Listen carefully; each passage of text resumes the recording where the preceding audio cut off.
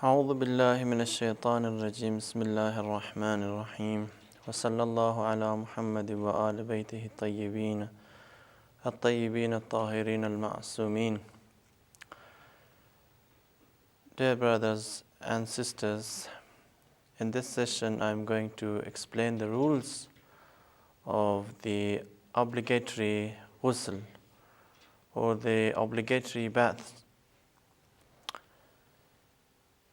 There are 7 obligatory ghusl. The first one is ghusl for janaba. The second is ghusl for haiz or bath for haiz.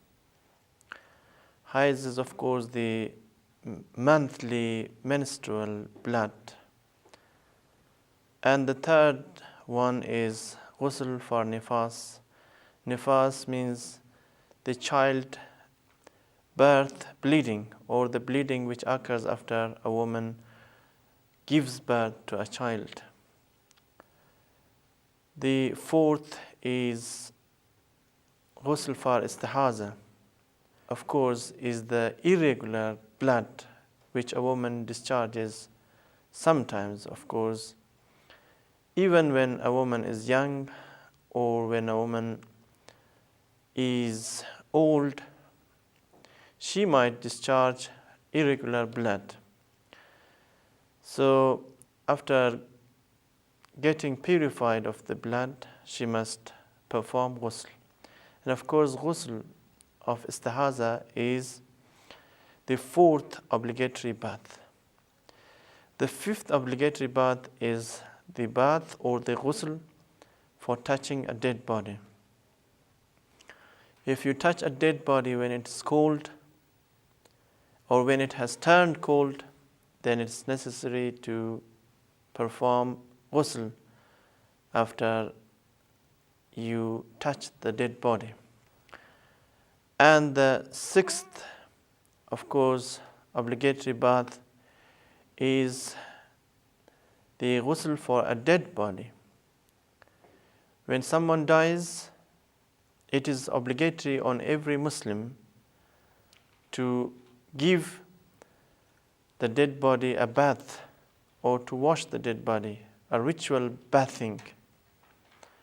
That is obligatory, irrespective of whether that dead body belongs to a Muslim man or to a Muslim woman or to a child or to an elderly man or woman. It is necessary to wash the dead body. And it's obligatory on all Muslims to do or to fulfill this obligation. Of course, when an individual does fulfill and when there is someone who gives the obligatory bath or who washes the dead body, then others are relieved of the obligation. Others are no longer under the obligation to take action. The 7th obligatory ghusl is the ghusl which a person which becomes obligatory as a result of a nadhr or as a result of a vow. For example, a person vows that he will do a certain act after performing ghusl, or he vows that he will perform ghusl on a certain day or with a certain condition, and so on and so forth. Every kind of vow that we make, or what is called as nadhr in the Arabic terminology or in the legal terminology, nadhr, then of course that vow has to be fulfilled and the ghusl should be done. But in jurisprudential terminology, of course, when we talk about nadhr, Nazr has a special formula, it has certain conditions which if fulfilled and which if met, then it becomes obligatory on the individual who vows to do a certain act to carry out that act and to take action. Now, if a person vows to perform a certain ghusl, then of course it is necessary to fulfill that ghusl, to fulfill that vow, and to carry out that task, to take action about it.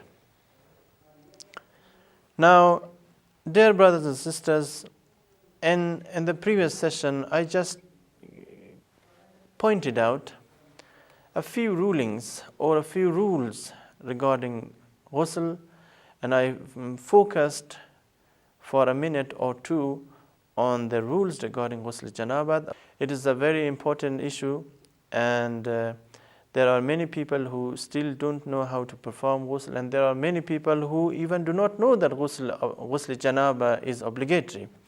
Because I have gone through the websites and through questions sent to the offices of some grand religious authorities, there are people, especially the adults and the adolescents, who ask questions about ghusl, telling their maraji or their mujtahid that he even did not know that ghusl janabah was obligatory. He performed prayers, he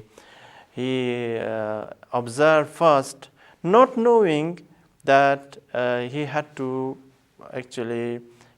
perform ghusl and he had to purify himself. Okay, these are questions.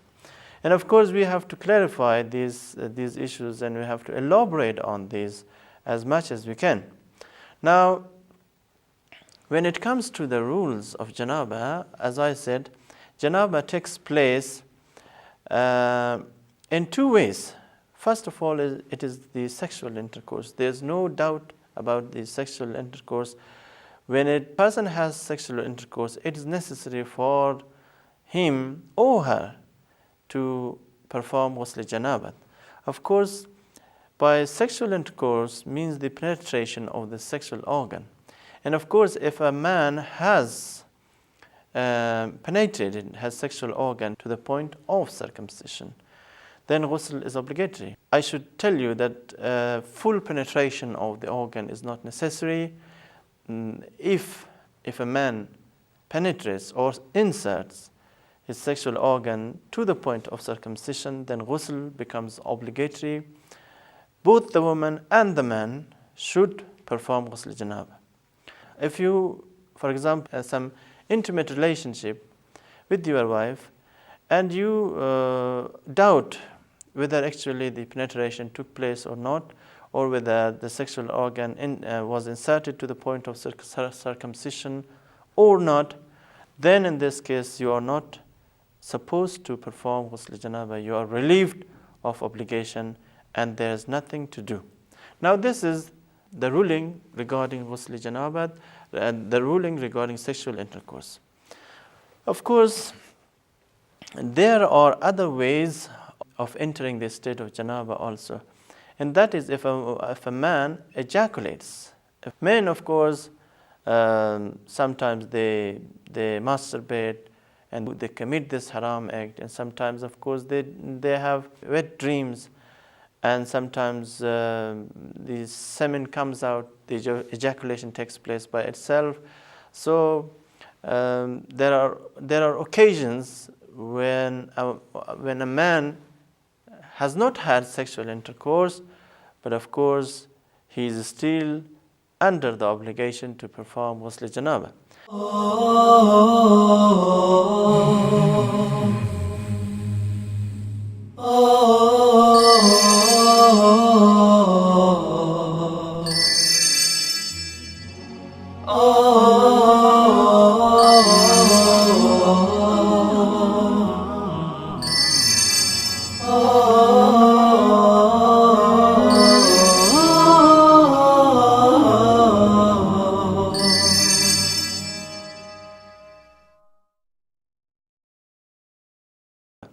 Now, if if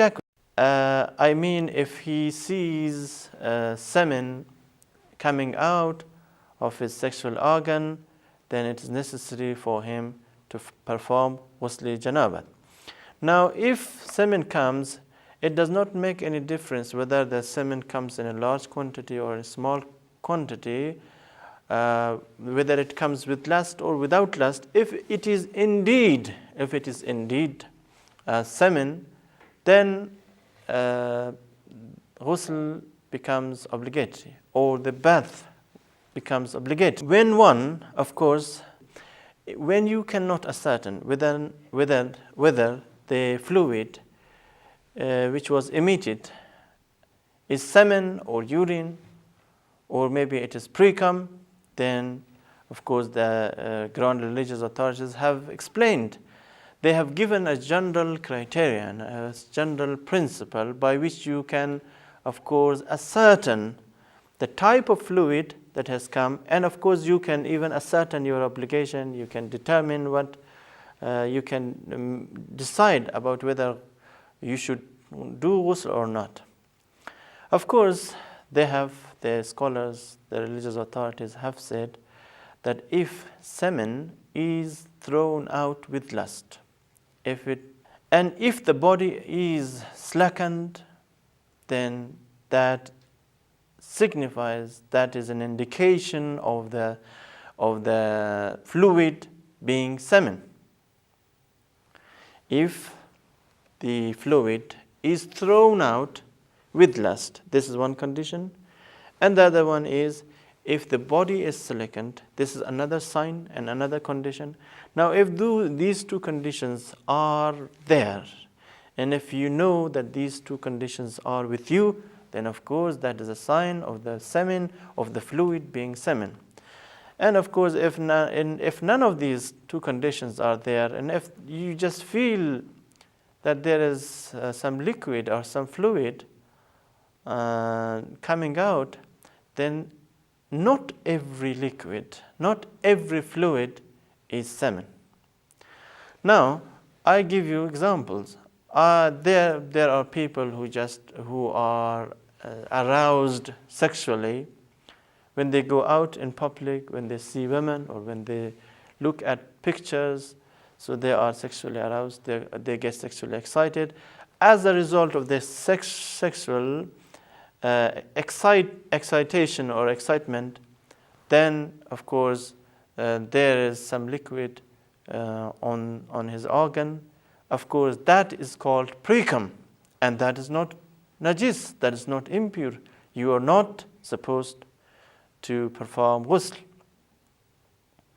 There are people, of course, who ask questions about when they play with their wives, or when they have a foreplay. And of course, during foreplay, of course, a man does feel some kind of liquid coming out, and it is felt by him. That liquid is also not impure. That does not make ghusl obligatory. And if does not actually have sex, or if he does not ejaculate semen, then it is not necessary for him to perform ghusl. Now, of course, there are some women also who ask similar questions. This is a question, when does a woman enter the state of janaba, when she has not had sexual intercourse? Does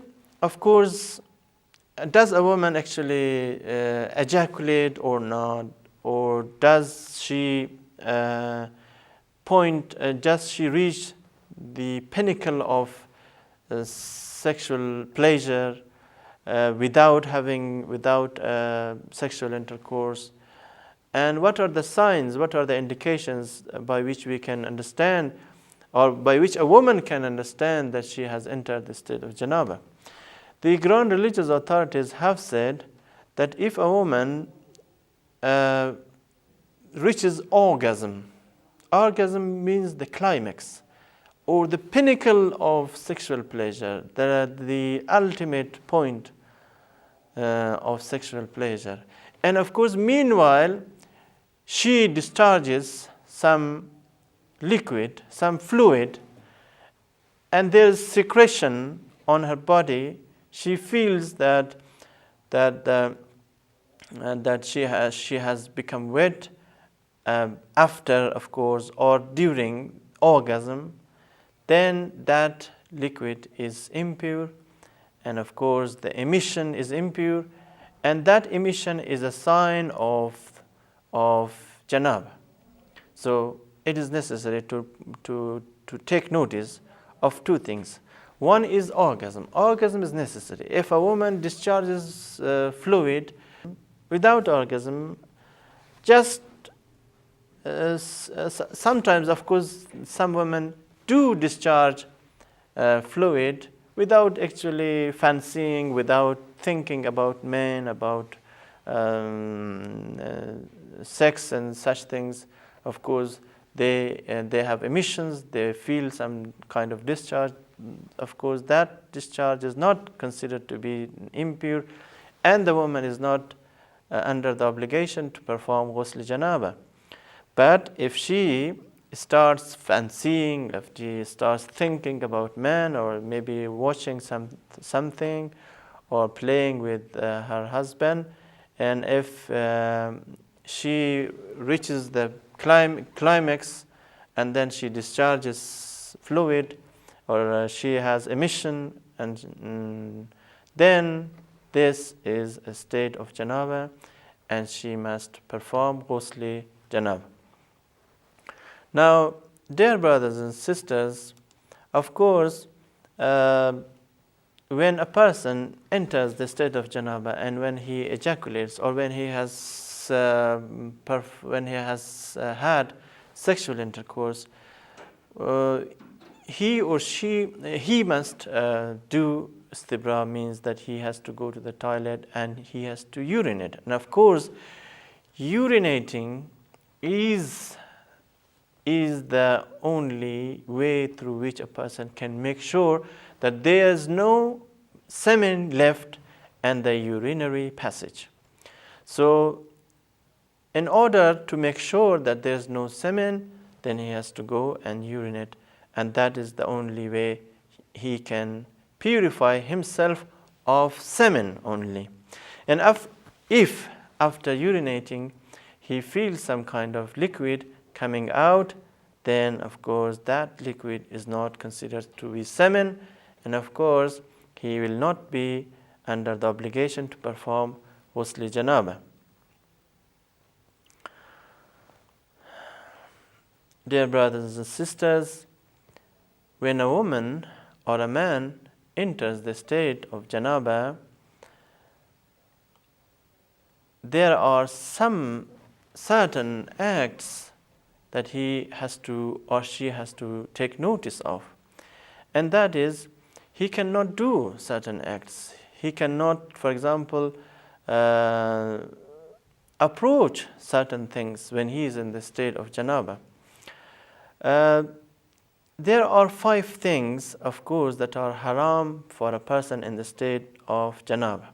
What are those 5 things? First of all, to touch with any part of one's body the script of the Holy Quran.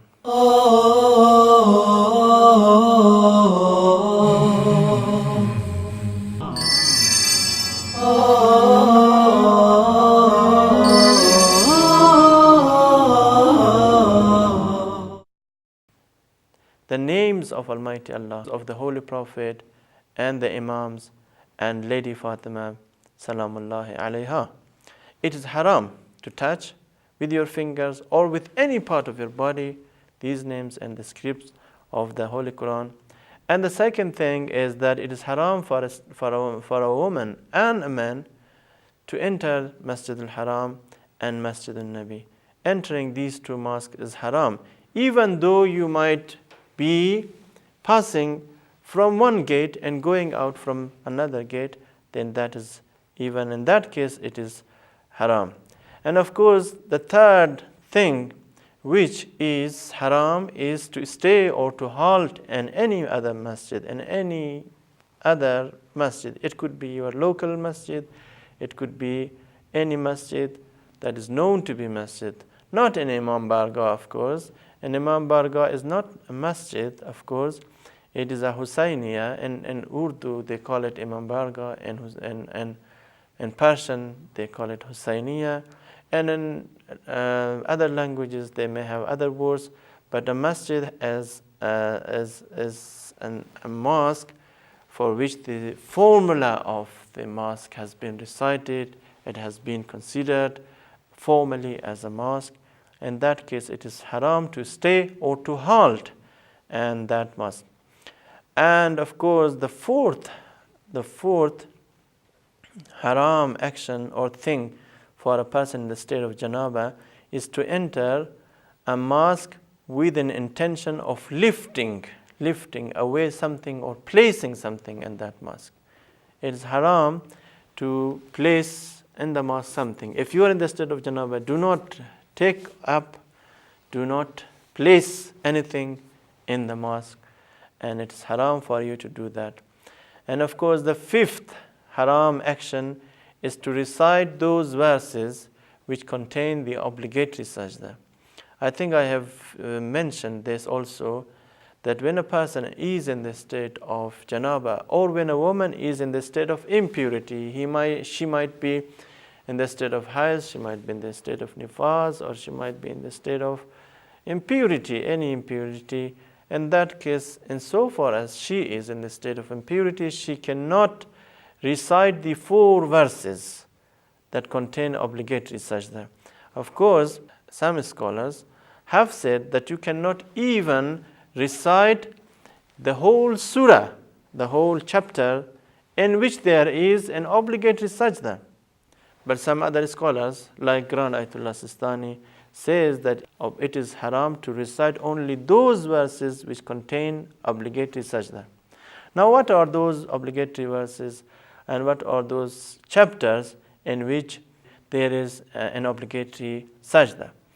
Now remember, if you have a pen, just write it down, because you might forget and you might not even be able to memorize. So remember, when you are in the state of janaba, or when a woman is in the state of hayd or in the state of nifas, read Surah Alif Lam Mim As-Sajda, and that is Surah 32 verse 15. Surah 32, which begins with Surah Alif Lam Mim, and then this surah is Surah 32. What is the verse? Verse is number 15, number 1. This surah, and then the next surah, which is the second surah, is Surah Hamim Sajda, which is the Surah 41, and the verse is 38. The verse is 38. Surah 41, verse 38. And the third surah, of course, is Surah An-Najm. Surah An-Najm.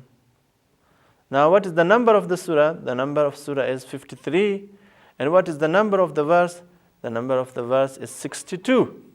Do not recite the whole surah or maybe the verse depending on the fatwa of the mujtahid whom you are following. Now, as a measure of precaution, I tell you, if you want to exercise precaution, do not recite the whole surah, because precaution requires not to recite the whole surah. But if you are not going to exercise precaution, you should not recite only that verse which contains the sajda. Now, it depends on who you follow and which marja you are following. The fourth obligatory sajda is Surah Al-Alaq. What is the number of the surah? The number of the surah is 96. And what's the number of the verse? The number of the verse is 19. So do not recite either the whole verse, the whole surah, or the verse which contains obligatory sajda. And of course, some people think that a person in the state of janaba should not even recite the Quran. Should not recite the Quran, he should not recite dua, and of course he should not do many other acts. No, of course he can recite the Quran, he can recite du'as, he can recite zikr, and so many things. He can mention God's names, and there is no objection, no problem in doing that. But the thing is that it is makruh. It is makruh for a person in the state of janaba and for a woman in the state of hayd and nifas to recite more than 7 verses from the Holy Quran. If a person recites more than 7 verses, from the Holy Quran, it does not mean gain any sawab. He will gain the sawab, he will earn the sawab, but he will earn less sawab. He will earn less reward. Now, dear brothers and sisters, these are some of the rules regarding ghusl. The ghusl, of course, as I said, we have different kinds of ghusl. And of course, in this session, I just gave the general rules and general explanations regarding ghusl. And God forbid, if a man has sexual intercourse with an animal, of course, he must perform ghusl janaba also.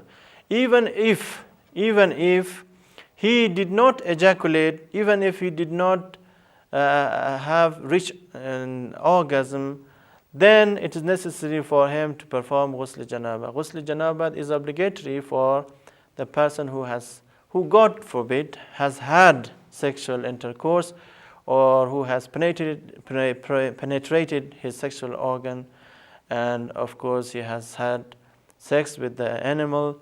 Ghusl is obligatory even if he did not ejaculate, and that is a very, very great sin for a man doing that. Now, even if he did not discharge fluid, he must do the ghusl, and ghusl in any case is sufficient for wudu. It is not necessary to perform wudu after doing ghusl. Ghusl, whether it is obligatory or recommended according to some scholars, of course, according to some scholars, it is sufficient for wudu, and it's not necessary to perform wudu. Wudu is not necessary. Wudu is not legal even for the person who has performed ghusl. Inshallah, I will explain the remaining rules regarding ghusl in the next session to come. Wassalamu alaikum wa rahmatullahi wa barakatuh.